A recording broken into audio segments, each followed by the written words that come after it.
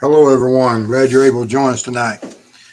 Been working hard on doing some reconstruction and using luminol and analyzing some blood spatter. So we'll be having that show tonight. And a little bit of housekeeping, as always, for anyone that's new to the channel. Respect families, respect our mods, respect each other, and enjoy your time in chat. Um, and with that being said, we'll go ahead and get started with our show.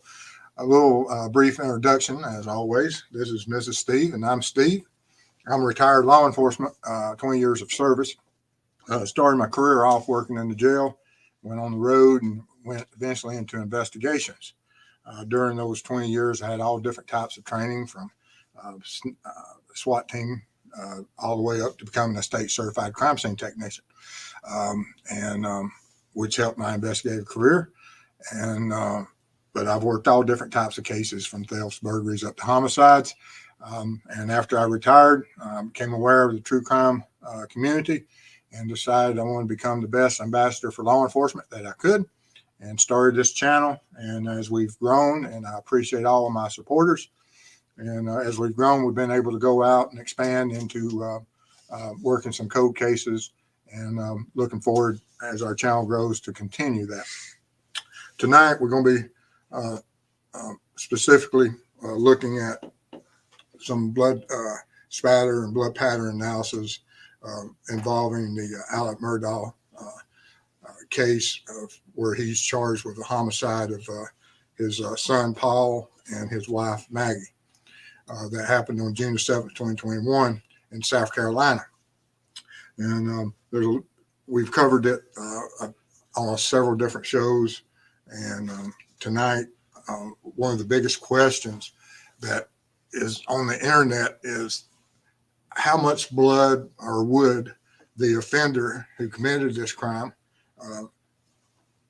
and in the manner that Alex said that he arrived on the scene, that he checked for pulses on both his wife Maggie and his son Paul, that he handled Paul. And when you see the law enforcement's interview, there doesn't appear to be any type of blood transfers onto his white shirt, which you would think you would see. And some of the things I did, you'll see that it's not always that it stands out. I mean, that it's so obvious that you can have blood stains and blood spatter, and it's not readily seen to the naked eye. But once you introduce some presumptive tests such as luminol and process different items, then it just really pops out, as you'll see on this video that in this presentation, that you normally wouldn't even believe that there's that much types of blood spatter on his clothing or on the mannequin's clothing and the my Yeti suit. And you'll see what my Yeti suit is, which is simply a Tyvek type of a suit, similar to what painters and CSI people wear to process scenes, but people paint houses in them. It's just an outerwear type of a garment to protect yourself. And I put on that suit for one reason, so that as I conducted these tests, that any type of back spatter, because whenever a weapon such as a firearm is introduced in any type of crime scene, when the firearm is fired and you're within a certain range and close to the victims, there is the muzzle energy and the kinetic energy of when that firearm and those shells, whether it be shot shell or even a rifle round, that when it comes in contact with a victim, it creates a cloud, a mist of body fluids, of blood. And that just, you have back spatter and you have forward spatter that comes both ways. And if you're within a certain distance, you're going to get it on you. And we have to remember when we're talking about some of the high velocity blood spatter is a totally different type of blood spatter that tells you a story on crime scenes. That when you have that high velocity blood spatter, that means that you were there within a certain distance, closeness to that victim when that trigger was pulled. And so law enforcement, when they process any type of item and they find that type of signature, such as the high velocity blood spatter, and you have medium velocity and low velocity, and it means exactly that the blood is not traveling fast when it's low velocity, a little bit faster at mid, but at high velocity, it takes something such as a gunshot to create high velocity. It's not readily produced any other way. And but then we have some other different types of blood spatter we'll be looking at. But anyway, this is the garments that he was wearing on the just within hours of the picture on the left, where he's wearing the blue button-up shirt and the tan pants. And then the one on the right is after law enforcement arrives, and they're interviewing him, and he's wearing a T-shirt and shorts within just certain hours of the homicide.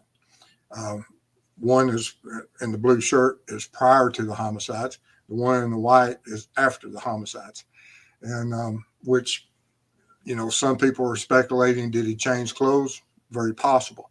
And why did he change clothes? And there's a lot of different variables and reasons why people may change clothes, especially down here in the deep South. And so there is always that possibility that he may have just changed for dinner. But there's also the possibility that he was wearing other clothing at the time of the homicides, if it's as the prosecution says, and that he is the one that committed these crimes. So, and this is a general diagram. It's not to scale.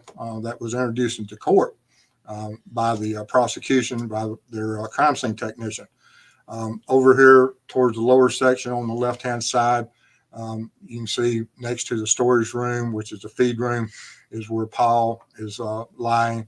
And then at the top, just off top center on the right-hand side of the screen is the figure representing Maggie.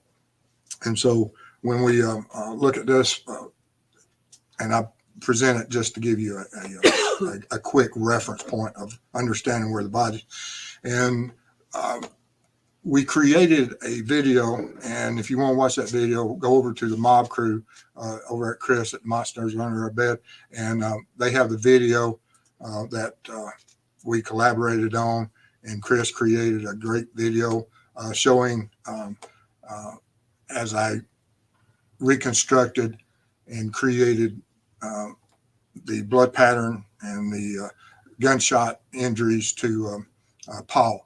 But tonight we're going to be focusing mostly on Maggie. But I wore the same suit that I reconstructed Paul's gunshots with, as I wore. I just had stored it in a container, and then I took it out and put it on so I could reconstruct. If there's one offender, this would be that the offender would be wearing the same clothes. So I wore the same Tyvek suit at both the test shots of Paul and also the test shots, the control test of Maggie. All right. And Chris is here. Hey, Chris, glad you're here. And this is this feed room. It has some blood pattern and blood trails and blood spatter within the room where Paul was initially shot with the first shot to the chest. And back here at the very, where you see the arrow pointing to where the blood spatter is, there's some 90-degree blood droplets there. And I'm going to show you what 90-degree blood droplets look like. And also there's a shot shell wadding that's laying there at this point. And these shot shell waddings are just these little plastic petals that carry the load of the shot shell of the shot down the barrel. And then they come out and they just flower out. And whenever they hit anything of structures, even human bodies, that they just hit it and then they fall straight down. And that this number one marker where the blood spatter arrow was pointing, there's one of these waddings sitting there.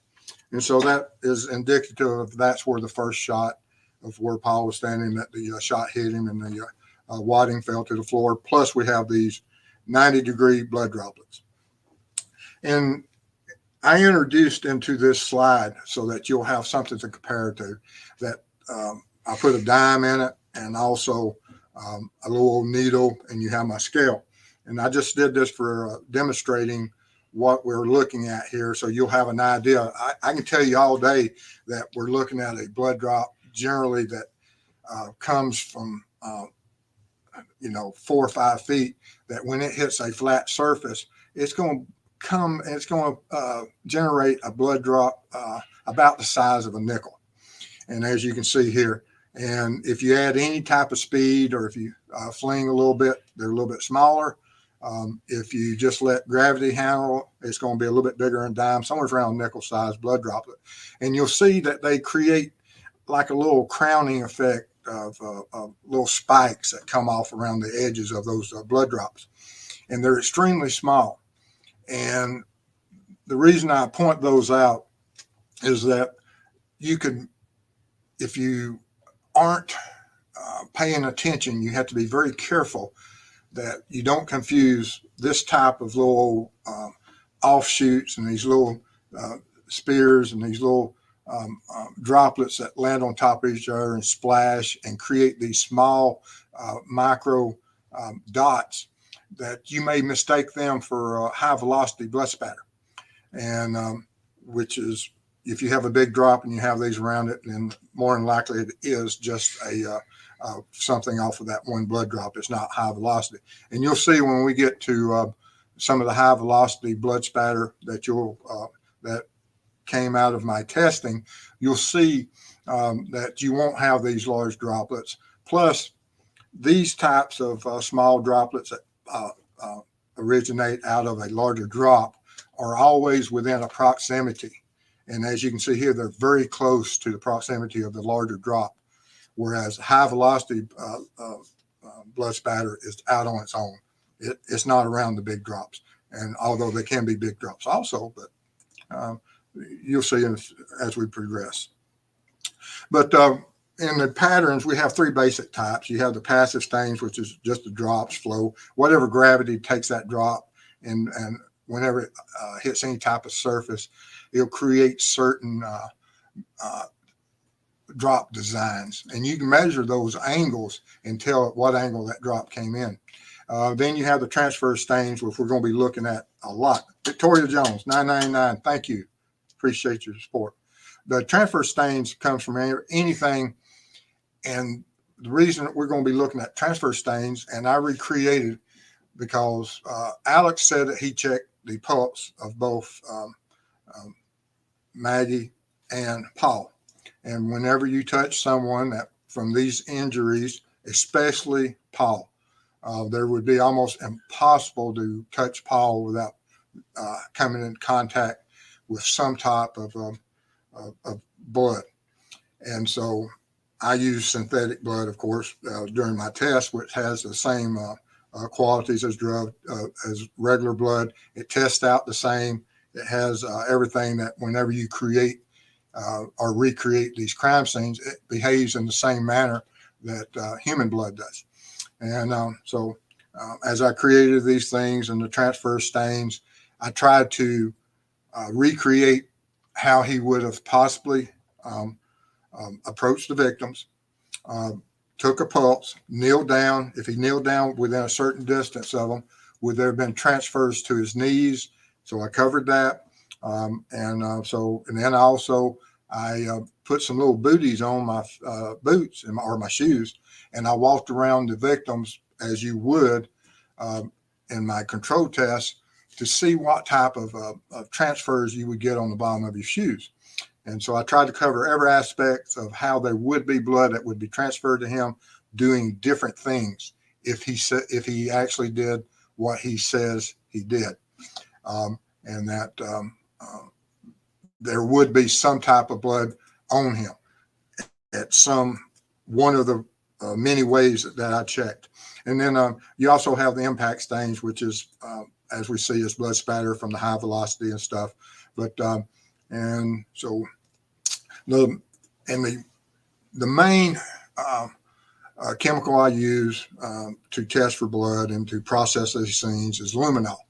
And it's simply, whenever it comes in contact with blood, there's reaction and it luminesces. And that luminescence turns into a blue light and in total darkness.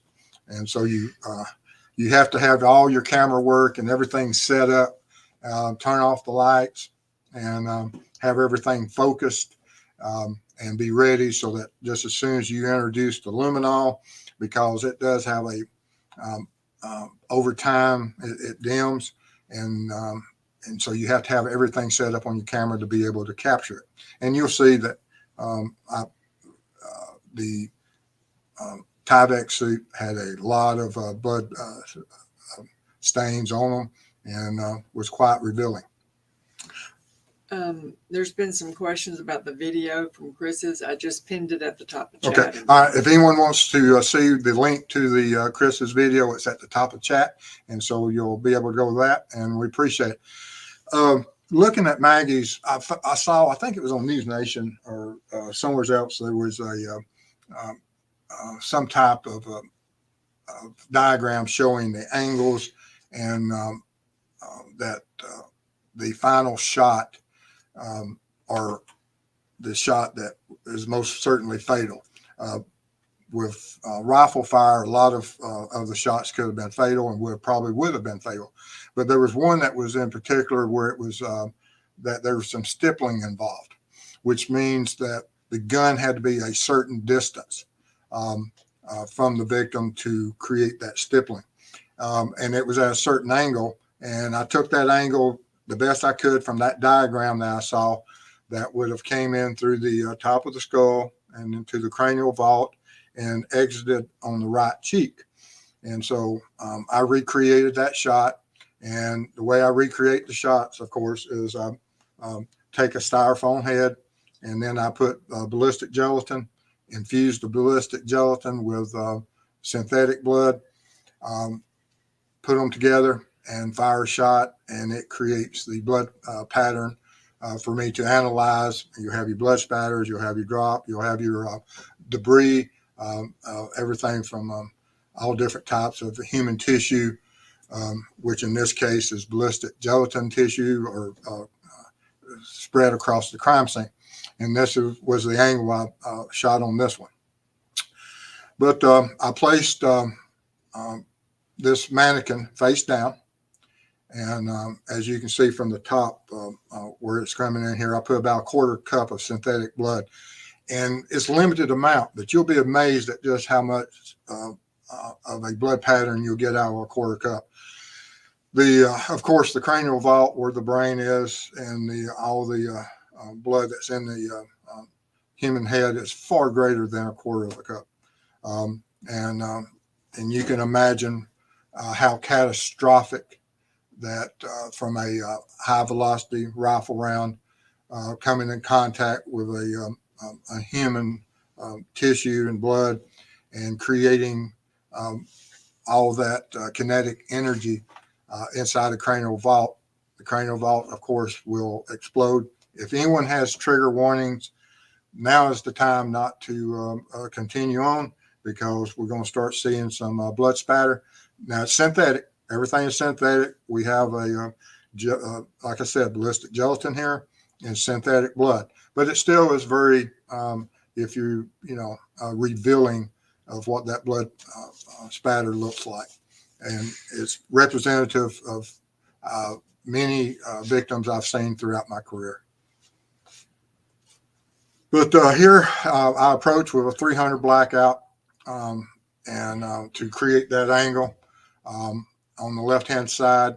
And then on the right, at the moment that the bullet strikes the mannequin and the ballistic gelatin, my ballistic gelatin, the shock wave through it, which it represents human tissue, is 10% ballistic gelatin, which is what the human body it replicates. The shock wave through that ballistic gelatin went into the mannequin, into the styrofoam, and pushed the styrofoam back a few inches, and then it bounced. The ballistic gelatin bounced off the styrofoam and separated itself from the styrofoam model, which is pretty representative of what happens a lot of times whenever the cranial vault is ruptured, that things are scattered within a certain area. And as you'll see, that this is some of the video from the drone footage. And I just sent this video footage to Chris. So he's creating another video of this that you'll be able to see the video itself from the drone footage. And it's I don't know, it's probably at least a 2 or 3 minute video. And I'm looking forward to see how he puts it together. And I can't wait to see that. But so this is an overview of what the model that I created looks like after the shot, the separation of the ballistic gelatin from the styrofoam model.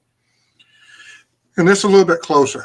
I removed the model, removed the ballistic gelatin, and as you can see, the synthetic blood spatter, it's going over to the right, and it goes to the left. And from that, just that 1/4 cup, there is a cloud. And you, if you look back on this one, you see the white shirt on the model. Doesn't appear to be much blood on it, if any, just a couple of drops. And as you see, that will change once we hit it with luminol.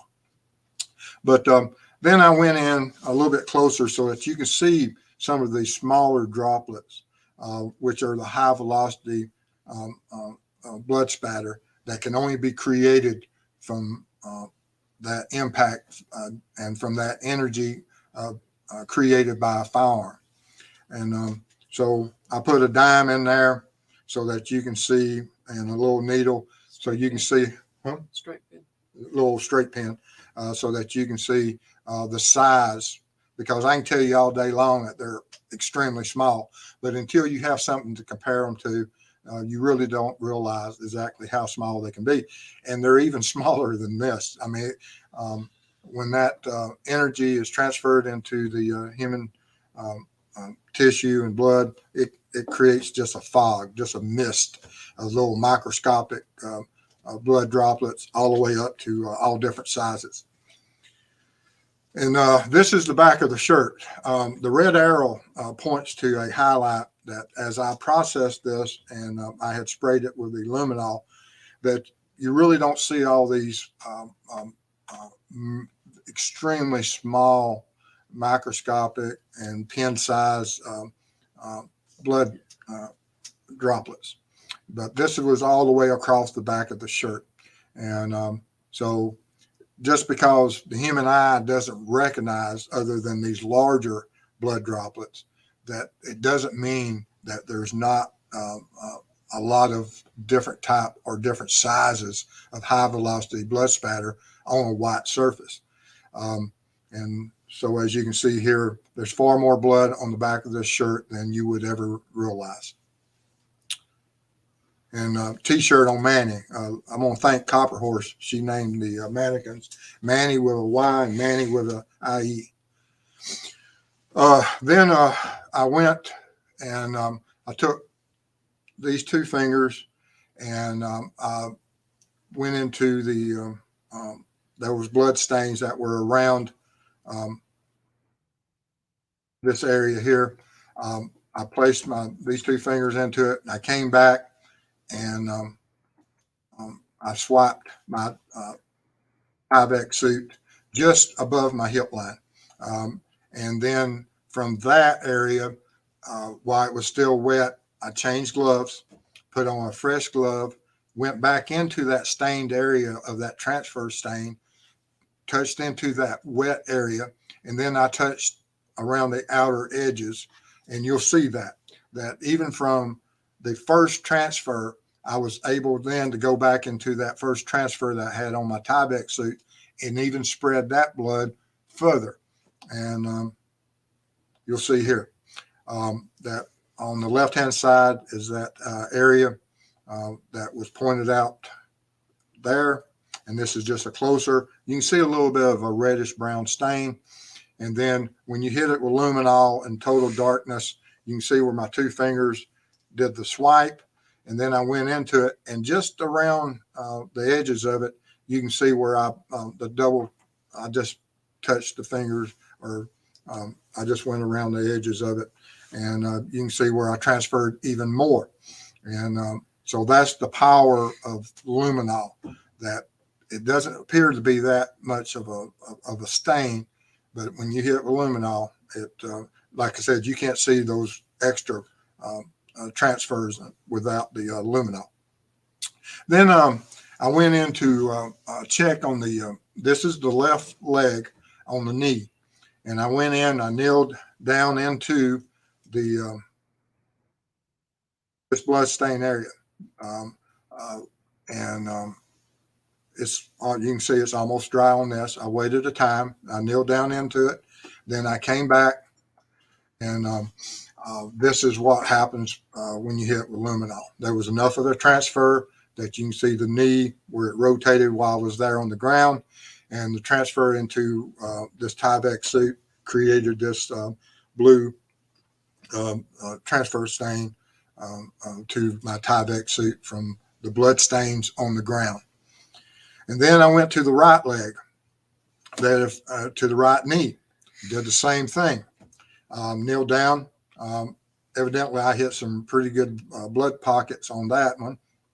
And you can see they're a little bit heavier. And even in these blood stains, you see those little small droplets that look like stars in the sky. Those, and that is that fine needle, straight pin size little droplets of blood that were formed through that kinetic energy and created the blood spatter of these small droplets. Then I did my booties of where I walked around. And so I took the booties, mounted them, and then I sprayed them with luminol. And so if the offender walked around the victims on the bottom of his shoes, this is what the bottom of the shoes, they would have been possibility of a lot of transfer from walking through those,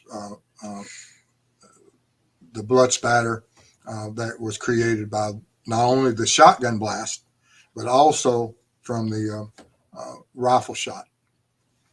And so that's pretty much it on all of those. So if we got some questions on that, but like I said, I just wanted to do this so that people would understand that, yes, if Paul went to the bodies and he checked, he would have some type of blood on him, even if he only went to check. He wouldn't have the high velocity blood spatter on him. He would have the transfer from shoe covers, and he possibly would have the transfer from his fingers where he checked for a pulse. And then he would have possibly transfers to him. But in the law enforcement world, that if we're processing and we find clothing and we process it and we find that high velocity blood spatter, that is a major find, because that only occurs generally from being within a certain distance of a victim that is struck by a bullet or by a shotgun. And as you can see in this testing. But anyway, all right. All righty. Dolly and Gabriel, do you think this happened because Maggie would not sign over her property?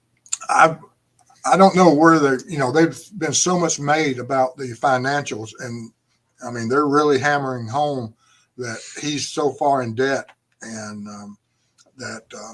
and would he get the estates and everything? That's a possibility. I don't know what type of agreements they had, or it hasn't been brought into court yet that I'm aware of, but we'll see where the prosecution runs with that. And somewhere in Canada, is that a little fridge on the workbench to the right? Let's see here. I don't know what that is. Don't know if it's some type of cabinet or a fridge or what it is in the little shelf area that behind, and I don't know. That is interesting. All right. And Pigeon Mac. Mr. Steve, I am just guessing based on my own injuries, but looks like blood spatter from a gunshot is very different from blood spatter from blunt force trauma, etc. Some of the blunt force trauma, anytime, and that's uh, is can create different blood patterns and different. You have low velocity, medium velocity, and high velocity. The medium velocity blood spatter would be when you're from blunt force, someone like a baseball bat that is struck or a hammer. They will create a different type of blood spatter, which the more force that's applied, the smaller those droplets get. And so you can determine what velocity and what the cast off is and what types of impacts occur. And you can get some pretty good, small droplets, even from, uh, you know, uh, generating enough energy into a passive pool of blood, and it will create a spray, but it will not create that the extremely high velocity ones. All right. Oh, And Phoebe became a YouTube member. Thank you. so Appreciate your support. much. Hold on. Let's see here. All right.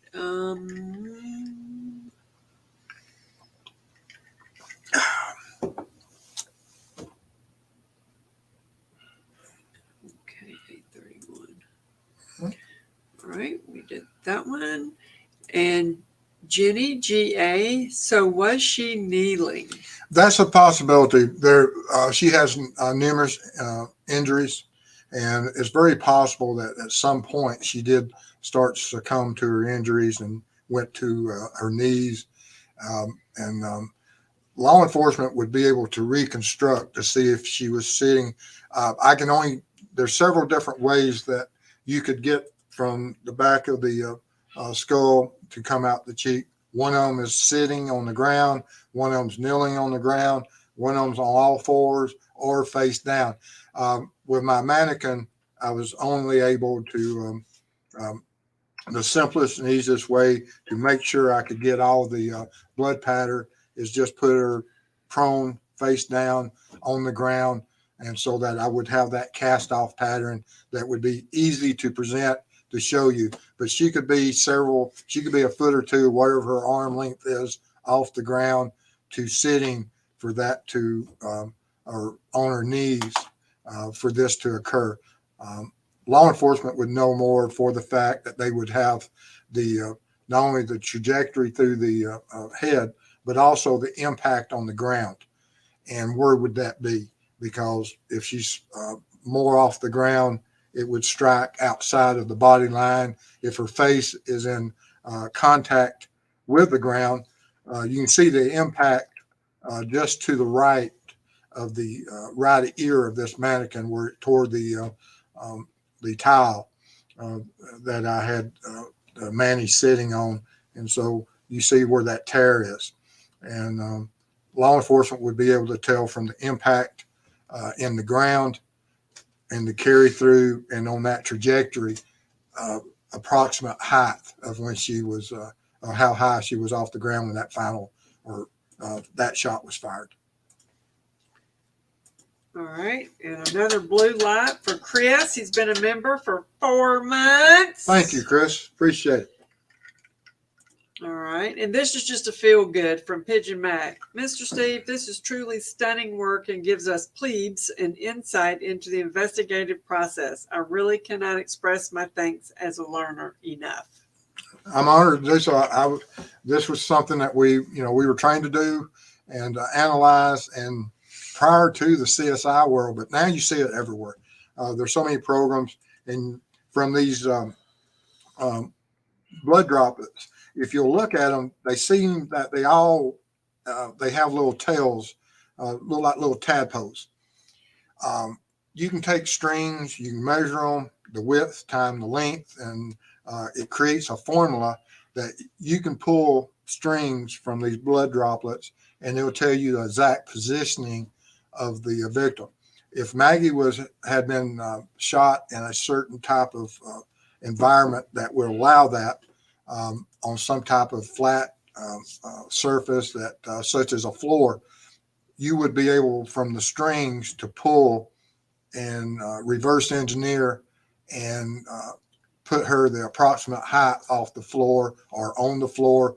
Of course, with Manny here, when I shot Manny, it created this, which would trace back to probably the 4 or 5 inches that the pocket of synthetic blood that was inside the ballistic gelatin was. Sandy McBarton, clearly personal, 2-time shot, Maggie in the head. Excellent.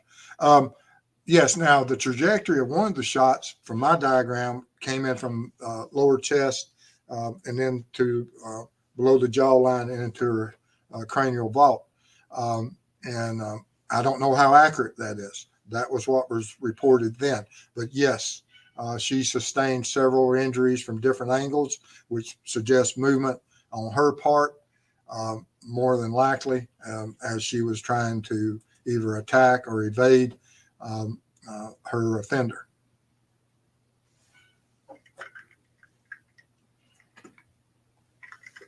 All right. And this is just funny from Jennifer Rochelle. I bet Mr. Steve's neighbors sit outside in lawn chairs on nice days and watch him while they sip tea. Well, they hear the gunfire, no doubt. No doubt. No doubt. They hear the gunfire. Yep.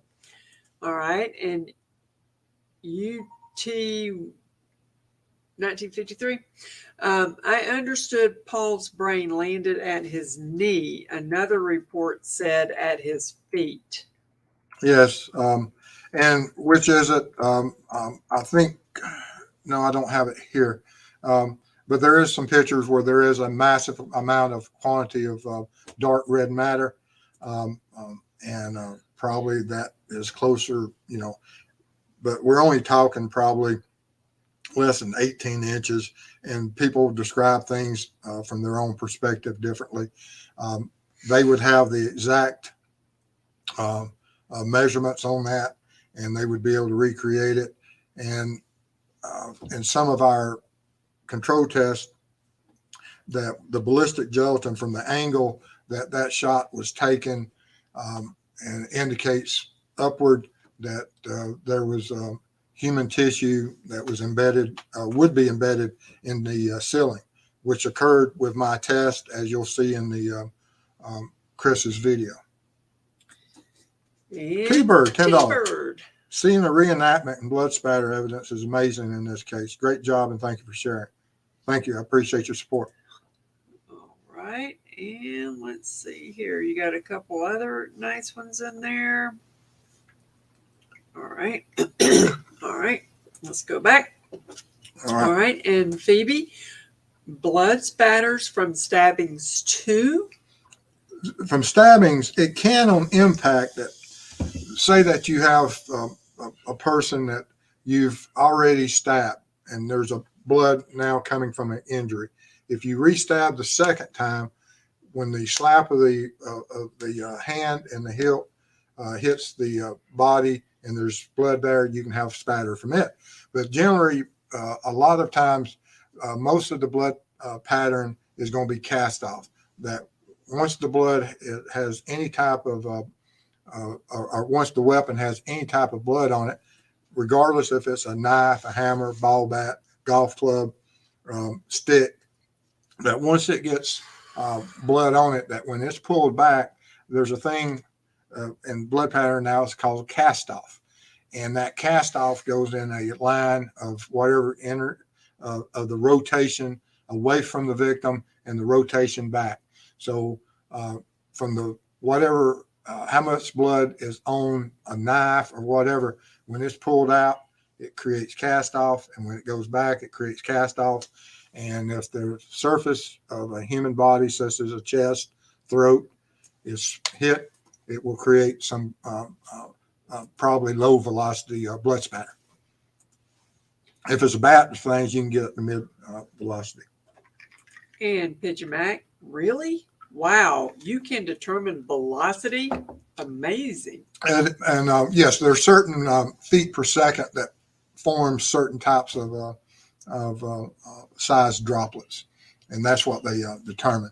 Now you'll have a lot of blood droplets intermingled and within the same blood pattern, but you're able to tell some of them what velocity they are. All right, and JDR, could it be the force from the impact of the shot that knocked her on her knees? It could be, but we're talking about 300. Of course, all firearms, it depends where you're hit, and every human handles shock different. Some people pay no attention to their pain levels or shock, and their systems aren't knocked down. Some people can see the side of blood and just fall to their knees. All humans act differently in adrenaline, high adrenaline confrontations. And I don't know how Maggie reacted. We don't have all the diagrams or the information that was recovered by law enforcement of all the gunshot trajectories, the impacts, the trajectories of whatever wounds had went through Maggie, and were they what angles, and where were the ground impacts, and were they able to link certain injuries with ground impacts to give you that trajectory of where the offender was standing. And Hedgehog in Space. Wait, did the high velocity spatter constellation transfer on your knees? No. Now, some of this could have, some of these small droplets could have, but that's the same Tyvek suit that I wore when I did the control test with Paul. When I was laying below and I shot the mannequin that went through the arm, throat, and as you'll see on the video, that blood spatter, that high velocity blood spatter, that cloud of ultrafine mist, I was below it. It rained back down on me and covered me. And so I did this test that, since we have one individual charged in the case, and they're saying from their perspective that he is the one that committed both homicides, then he would be wearing the same clothing. And so I put the suit on. But no, it's good observation from your part. But no, I had the same Tyvek suit on in both shots. I just didn't process the Tyvek Yeti suit, as I call it. After doing Paul, I waited until I also concluded the testing for Maggie, and then I tested, and these are the results. But yes, all those little ones, that's probably from that's all those, that cloud and those high velocity would be from Paul. The majority of them. Jocelyn, super sticker, $5. Thank you for your support. Thank you so much. We appreciate it. That's good observation on your part, thinking that that would have been a direct transfer from all the high velocity, but it could have also. A few of them would be, but not at this amount. All right, let's see here. All right, we got to. Because I can see where the defense would argue that point. Yeah. Okay. We got some more questions coming in. All right, Nightbot 845. Okay, we've already done Hedgehog. Okay, and this is from Debbie Olander. Can you discuss your thoughts on what Chris found in timeline? Yes, Chris and I discussed that, and we're going to have it on that. But he has found an excellent point because I can tell you about human nature. That You could write a book on human nature. if each of you judge it on your own, if you pull up and you're searching for your wife and your son, and you don't know where they're at, and you pull up on a location, and your headlights strikes your wife laying on the ground, and so in that timeline, what would divert your attention away until you went to her? What would ever bring you away from that? You go and take care of that situation. You may be yelling for Maggie and Paul, what's wrong? Where you at? But you go and assess that situation. Once that's over, I mean, that's human nature. You get tunnel vision in those high intense moments. There's not going to be what would cause you to look up 90 degrees. That if you're looking at your wife, what would make you look 90 degrees over? And if you did, when you got over there, it's going to take longer than what's allowed. So Chris has a great point on his timeline, and I have a lot of appreciation for that thought process. Okay. And from Ann, Mr. Steve, what do you think about the two guns? I don't buy it was to make Ellie think two perks. If planned, why use two distinctive types of gun to own? Yeah, it is. That is one of the things, and I don't. It makes no sense to me either, unless the only thing that could possibly make some sense is that the whatever firearm originally was there failed to feed. There was a failure for it to continue to shoot and transfer to another weapon platform, such as the 300 Blackout. I believe that if the 300 Blackout was the first weapon of choice, that both of them would have died from 300 Blackout. But I'm with you. I don't. For some reason, there had to be some type of malfunction to create going to another weapon platform. And Vicki Ann, Steve, do you think the GSR on that raincoat or tarp, whichever it was, will be a big factor, or will defense explain it away? From what I understand, it was really a lot.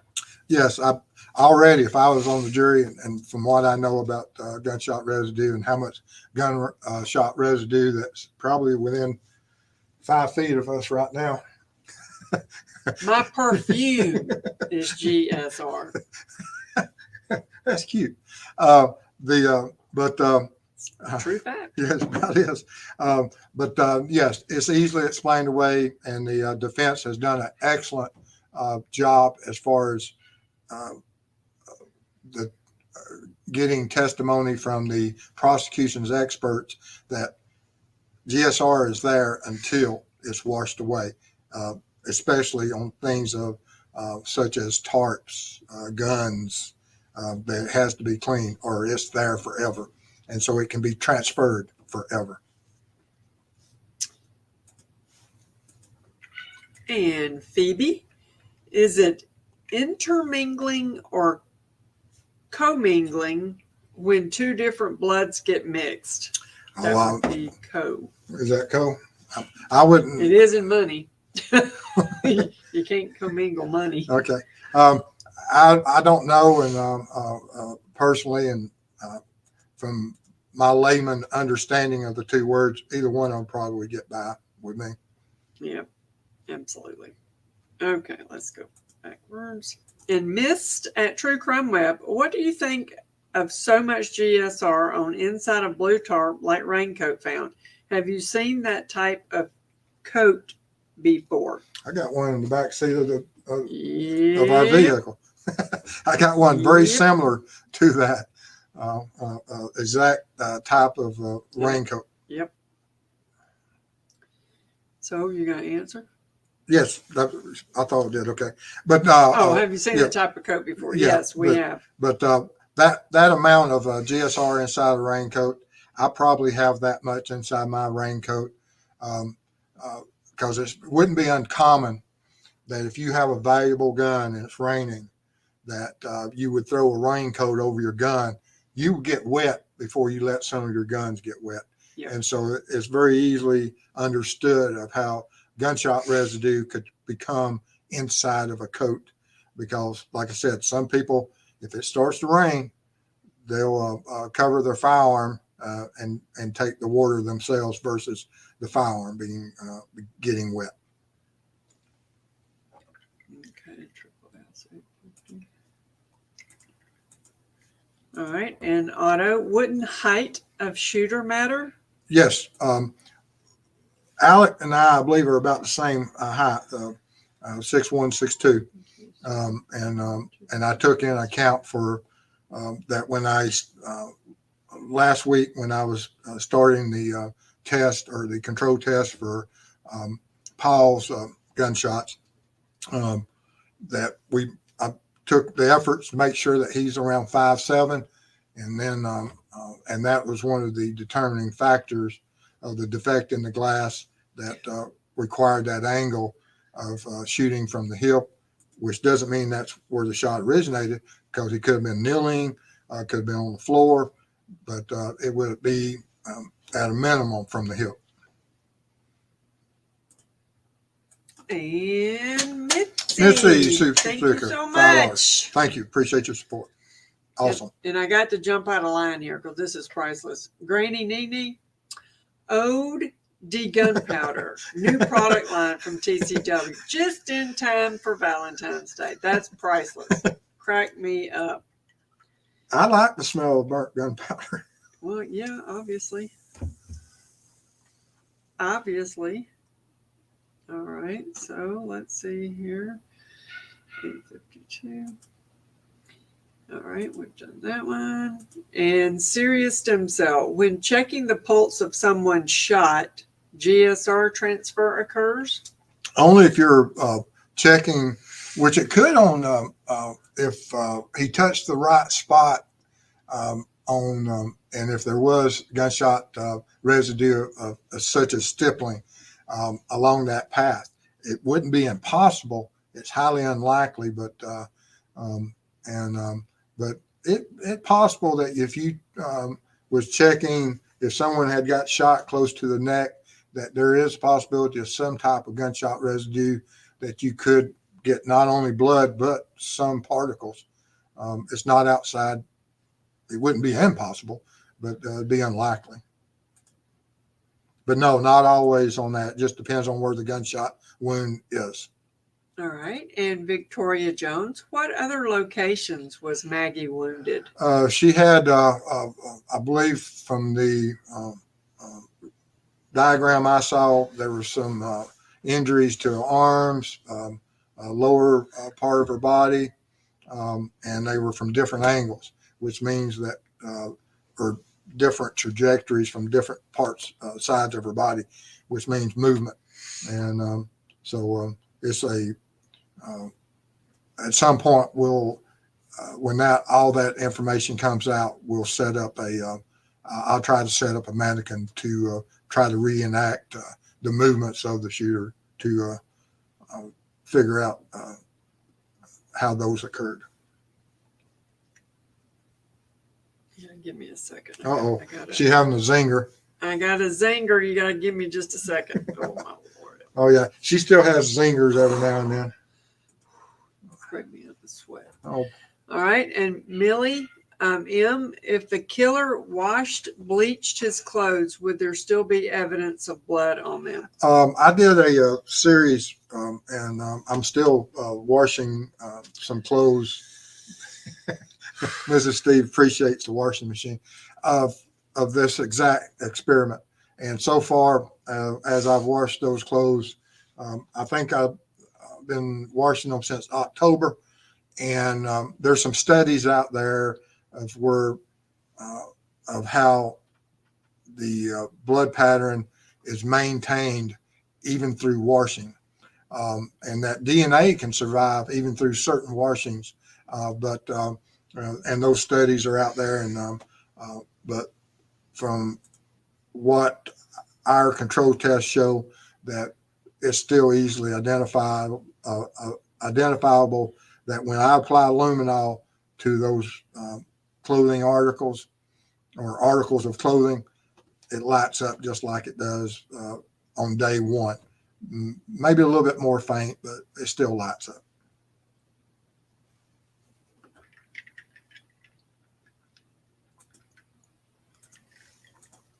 Okay, and this will do nicely. Could the blackout be better for range with a thermal scope? You know, some people like scopes, some people like iron sights, but I like it being red dot. she's in the red dots, but and lasers, but was because they had the blackouts designed for, I think they were using them for like hog hunting or something. They have a lot of hogs there in that area for what and I think that's what they were originally purchased for. But some of the thermal scopes and things would be a hindrance versus at close quarters, scopes are not necessary, or any type of sighting system. And actually, the video I just sent Chris of doing the blackout test patterns, I fired 3 shots from the shoulder, slow fire, 1 round per second. Then I fired 3 shots, a little bit quicker pace, like in a second and a half. And then I fired 3 shots from the hip in less than, or somewhere around a second. And you'll be able to see those groupings. Chris has that, and I'm looking forward to seeing it. All right. Let's see here. At close quarters, it doesn't matter if you have sights or not. Guns, it doesn't matter. You'll be able, if you have enough bullets, you'll be able to hit your target.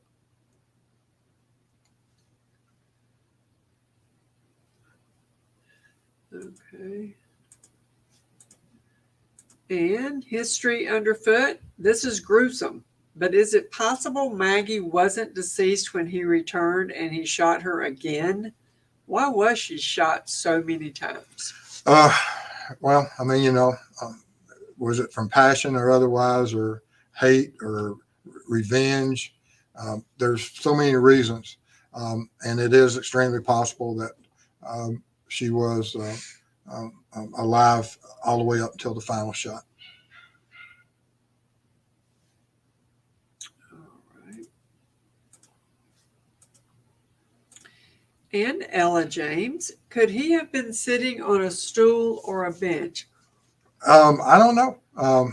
Anything's possible of when it first started. But I do believe that, just my personal opinion, that Paul was first. And if that's the case, it wouldn't be from there's not a bench or anything inside that room where that first stippling occurred to Paul's chest. So I wouldn't believe that would be the case. And Davy, 1974, 1969. Why would you check someone for a pulse when their brain is sitting at their feet? And that can be from tunnel vision also, and maybe not recognition. And I don't know. I would only be able to answer that if I could see the photograph of Paul and look at the catastrophic head injury and tell you, would there be a need to? We just don't have those details.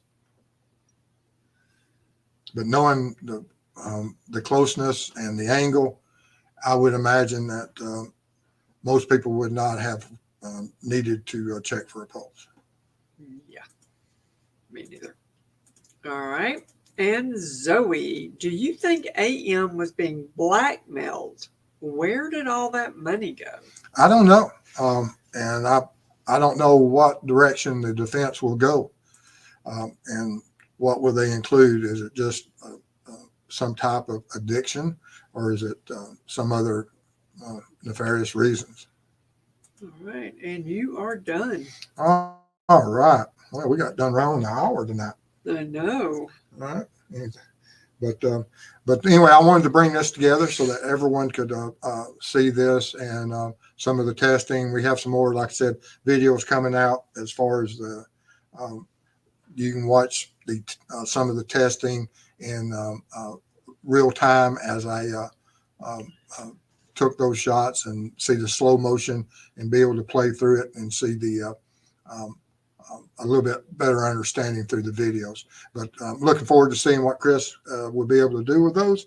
And I want to thank all of our supporters and donation, the mods, everyone that's come tonight. If you like the video, subscribe, share, and we appreciate all your support for being here tonight. And I want to thank everybody in chat for being respectful.